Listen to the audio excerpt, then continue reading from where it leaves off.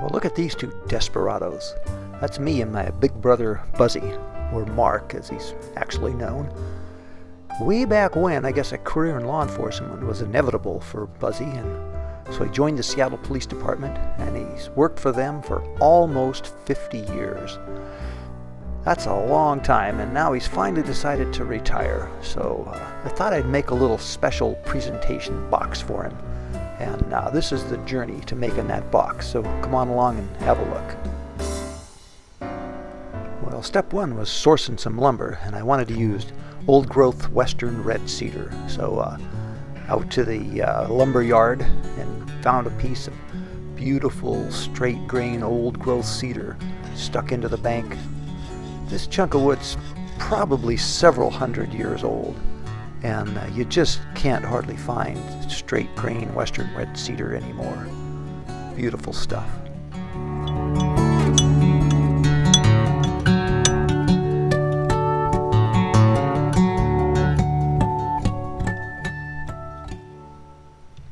Well, next up was the always tedious chore of packing this lumber a couple miles back to where I'm parked. The nice thing about the cedar is it's fairly light. Well, finally I stashed the biggest one inside my pack and then grabbed the other two like a couple of loaves of bread, and off I went. Well, here's a look at the final stock, and I'm going to quarter saw all this stuff so it has nice straight grain that'll keep it from cupping or warping. And the reason this old growth is so valuable is that it's really tight grained, well over 12 or 15 growth rings per inch. Dendrochronology. There you go, Buzzy. There's a crossword puzzle word for you.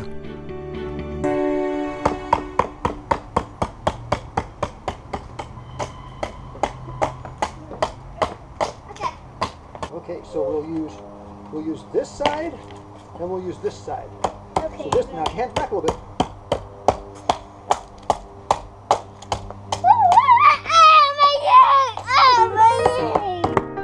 Man, what a goofball. So the idea here is using my carpenter's axe and my spoke shave to flatten down a couple of sides so I can get it on the table saw.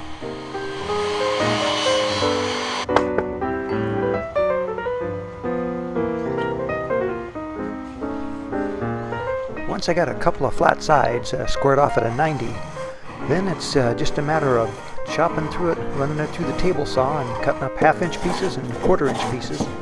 And eventually I end up with a whole pile of little sticks like this. And a whole pile of sawdust on everything. Here we go. This is going to be the bottom. And got these little clamping cauls. Those white colored boards. And they've got a little packing tape on them. Little packing tape on there so that the glue doesn't stick to them. So get these little clamps snugged up on here a little.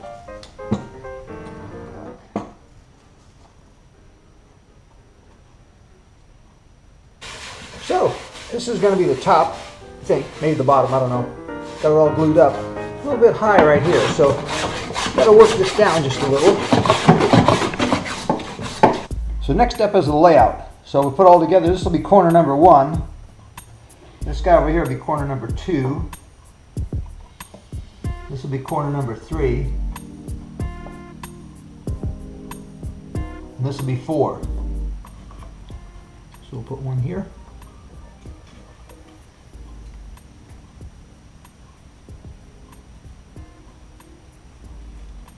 And we'll put one right about here. Cutting out this, and we're cutting out that. You always put an X on the guys you're cutting out, just so you don't make your cuts on the wrong side of the line.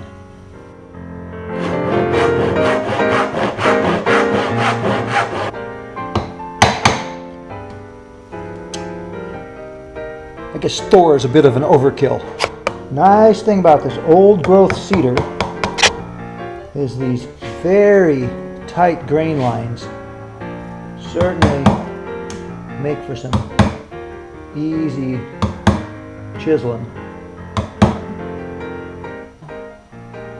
And you're going to kind of go together like that.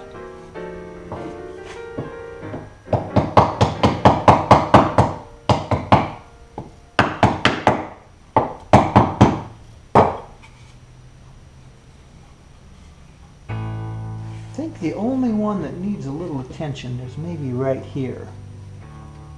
I'll get that, and then I'll do the glue up.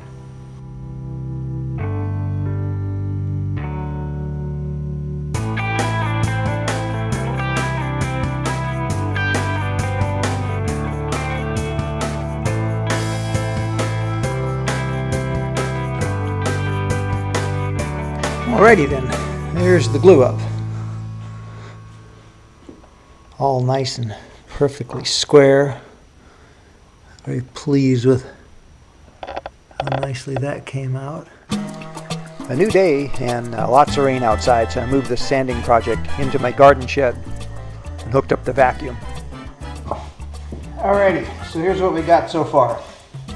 We have the outside of the box. Nice, clean, little dovetails on all of those. This is going to be the bottom of the box. That'll be mortised into a notch I'll cut in here later. And that'll fit deep inside of there. This is going to be the top of the box. And it'll sit here. And it'll have a shoebox type edge on it that fits down around the edge of it. So, but right now, it's pouring down rain outside. So this project is on hold. Alrighty, I know it's windy as heck out here, but here's the next phase. This is my homemade, shop-made router table right here. And the idea is I'm going to use that little rabbit bit, and I'm going to cut around the inside of there so that this guy here will fit inside. Let me just stop talking and get to cutting here real quick before the rain comes back.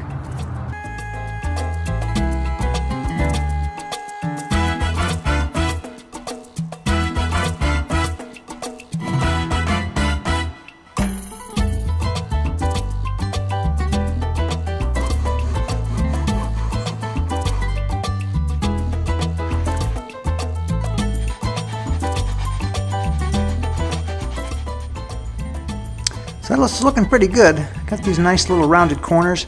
Got to do a little sanding right here and right along there. Then that guy's ready to glue up. So that bottom came out pretty nice. We need a little cleanup on there.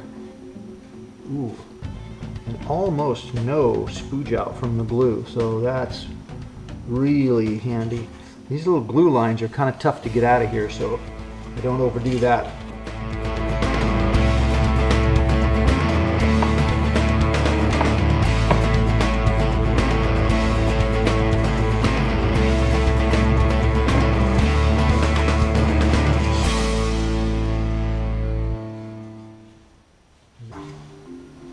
Okay, looks good. So, you may look at that and go, oh my god, it doesn't fit. The idea is a little sanding here, a little bit around the box. Eventually, it will fit very nicely and just drop right on top of there.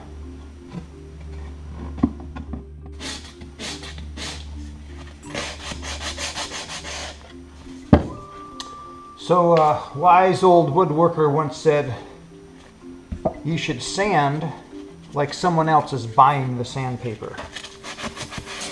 But at some point, and on this project after hours of sanding, you got to say, well, good enough. There you go. So here's my Seattle badge template with a little badge number on there. And got a bunch of different size 3159s and a bunch of different size Buzzies. And those are going to go here. I think maybe my Buzzy name will go right there.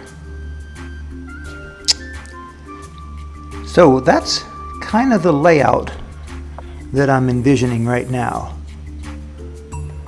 And sort of simple, not a lot going on there, but this will be a lot of detail work. We'll see how that comes out. But part of the challenge is, depending on what the grain of this is, will have a lot to do with how well that burns in, because if it's a really hard spot where you can see there's a little swirl in the grain there, it will burn in differently than nice straight grain like this. So we'll have to see what happens. I got enough stuff. If I wreck this, I can just build a new top. Don't really want to do that, but I can if I have to. With all these tight little grains that burn so readily, you got to give it a pretty light touch first time through. When I'm trying to cross those grains, man, it just wants to jump all over the place, which is kind of a pain.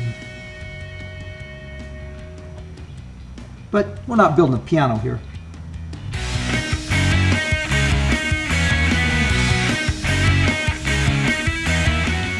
A little boiled linseed oil. Things are starting to take shape here pretty nicely. It's going to be okay. Here we go. The first of many coats of polyurethane. I always like the way these dovetails turn out when you get a little poly on them, because that end grain contrasts so nicely. Well, all right, Buzzy. After several coats of polyurethane and a really brisk rub down with some steel wool, got the box just about done and the editing's done, and all I can say is I hope you enjoy the box. Maybe you can give it to your grandchildren. You can put Legos in it or something. Well, there you go, buddy. Massive respect for putting in almost 50 years with the cops. That's a long haul. I guess now it's time for you to just maybe kick back and take a well-deserved rest.